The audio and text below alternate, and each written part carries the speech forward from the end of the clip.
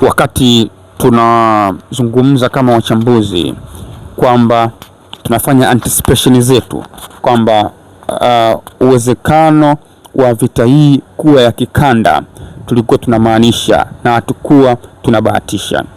Na tulizungumza, ukipitia kwenye makala zangu za nyuma, nilikuwa naeleza kwamba endapo Marekani ataishambulia Iran atasababisha mgogoro mkubwa sana. Lakini pia niseme ukweli, sikufikiria kwamba Iran ataweza kutanua mgogoro huu katika kiwango ambacho kinaonekana kwa sasa hivi. Wakati ninafanya anticipation zangu za kawaida, nilikuwa nimeishia kwenye kuanticipate kwamba Iran ataweza kujibu mapigo kwa kushambulia military base za Marekani, na mimi nilikuwa nawaza hasa anaweza akashambulia military base baadhi za Marekani kama Al-Hudaida ya Iraq, ya Qatar kumlazi, angeweza kushambulia military base ya Kuwait na Bahrain ama na ile iliyopo Baghdad kule Iraq. Sikuwaza kama angeweza kufikia kiwango cha kushambulia military base zote mpaka zile zilizopo Oman, kitu ambacho sikufikiria kabisa. Kwa hivyo manake nini? Kwamba Iran amekwenda mbele ya fikra za wachambuzi wengi na mbele ya fikra na mtazamo wa wafuatiliaji wengi wa masuala ya kisiasa. Amekwenda beyond ya kile ambacho tulikuwa tunakifikiria. Kuweza kushambulia military base katika nchi 7 ndani ya masaa mawili na muda mfupi baada ya kuuawa kwa Ayatollah Ali Khamenei ni uwezo mkubwa sana. Na sasa hivi maana yake tunashuhudia balozi za Marekani zilizopo katika nchi za Ghuba ikiwemo Saudi Arabia zinashambuliwa. Miradi mikubwa ya mafuta na gesi iliyopo katika nchi za Saudi Arabia na baadhi ya mingine, airport ya United Arab Emirates na maeneo mengine zinashambuliwa. Kiwango hiki cha ulipizaji kisasi, binafsi wachambuzi wengi hatukutarajia.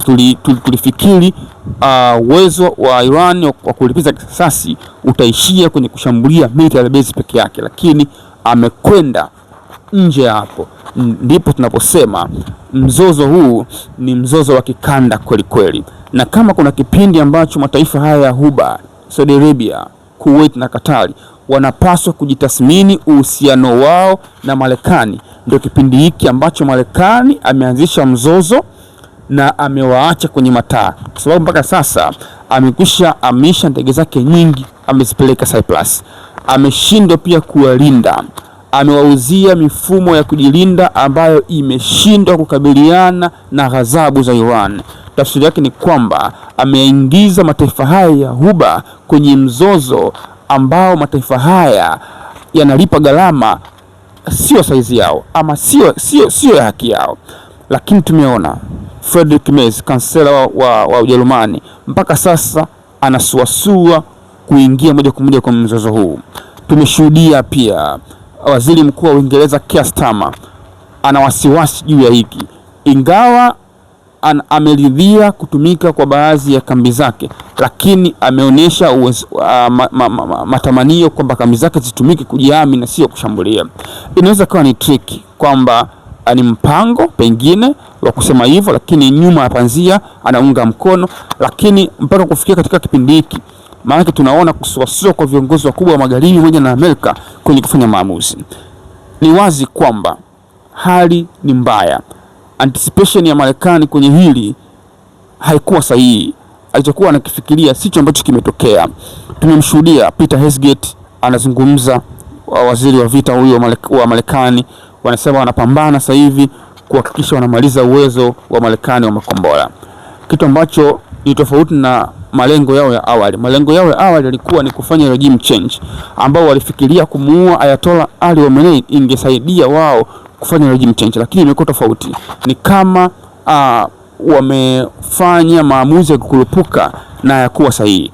Na tumeshuhudia mpaka sasa bei za nishati hasa gesi katika nchi za Ulaya imepanda kwa 50%, lakini hata nishati pia Asia imepanda kwa 30%, na tutarajie pia kupanda kwa mafuta, kwa sababu mfereji wa Hormuz ambao umefungwa na Iran ulikuwa unasafirisha 20% ya mafuta kuelekea kote duniani. Zaidi ya pipa milioni 20 zilikuwa zinapitishwa pale kwa siku.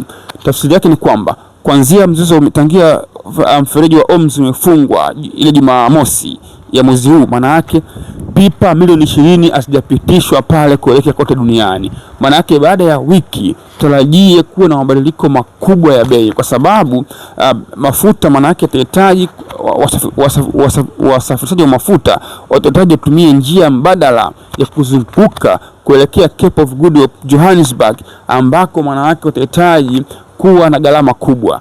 Lakini hata pipelines ambazo tulikuwa tunatarajia zingeweza kutumika, kuna pipelines kutokea Oman, Qatar, haziwezi kutumika kwa sasa hivi katika hali kama hii. Maana yake tutarajie njia mbadala, pengine huenda ikawa ni njia ya maji ya kupitia Cape of Good Hope, ambao uwezo wake kusafirisha mafuta ni mdogo ukilinganisha na mlango wa Hormuz. Lakini hata safari za kutokea katika hizi nchi za Ghuba ya Oman kuelekea huko, maana yake zitakuwa chache kwa sababu ya umbali, lakini pia gharama zitakuwa kubwa sana. Lakini mpaka sasa tayari Iran ameshambulia nchi 10 na za Ghuba. Maana yake hata usafirishaji wa mafuta kwa nchi za Oman, Qatar ni wazi utakuwa umeathiriwa. Saudi Arabia tayari mpaka sasa amekusha shambuliwa kwenye maeneo yake ya mafuta, hifadhi za mafuta, na balozi za Marekani zilizopo katika nchi hizo ikiwemo Saudi Arabia zimeshambuliwa. Kwa hivyo hali hii ni mbaya sana. Timing walioifanya Marekani na Israel ilikuwa ni timing mbovu, walishindwa kufanya timing nzuri, na kinachotokea sasa hivi kinaonekana kuwa ni kibaya sana. Kwa hivyo hali si nzuri, hali ni mbaya, na tuombei hali hii iweze kuendelea, kwa sababu tutarajia kuwa na maisha magumu kwenye nchi zetu hizi za dunia ya tatu, kama ambavyo hali imeanza kuonekana kule nchi za Ulaya. Tayari waziri wa mkuu wa Uingereza Keir Starmer anaonyesha wasiwasi wake wa kushiriki moja kwa moja kwenye vita hii. Anasema kwamba Marekani haikumshirikisha kwenye kuanzisha mashambulizi, kwa hiyo na wao pia wanasuasua kuwasaidia sasa hivi, na hiki ndicho ambacho kimetokea. Ikumbukwe katika kipindi fulani cha nyuma Marekani na nchi za Ulaya zilikuwa zina uhusiano. Kama kuna kipindi, mimi nasema kama kuna kipindi hizi nchi ambazo zinashirikiana na Marekani zinahitaji kujitathmini, basi ni kipindi hiki. Kwa zile nchi za Ulaya, nchi za Ulaya zimekuwa zikipigwa vita sana na Trump muda mrefu sana. Katika utawala wake wa awamu ya pili amekuwa akishambulia sana, amekuwa akifanya mission bila kujishirikisha, amekuwa akishiriki kwenye kusuluhisha mgogoro wa Ukraine bila kujishirikisha. Kwa hiyo kama kuna kipindi hizi Ujerumani, Uingereza, Ufaransa zinahitaji kujitathmini, basi ni kipindi hiki.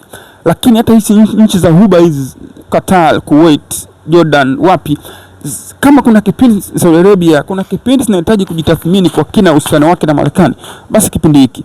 Marekani amejisababishia mzigo mzito, wanapata athari wao, yeye nyumbani kwake yuko salama.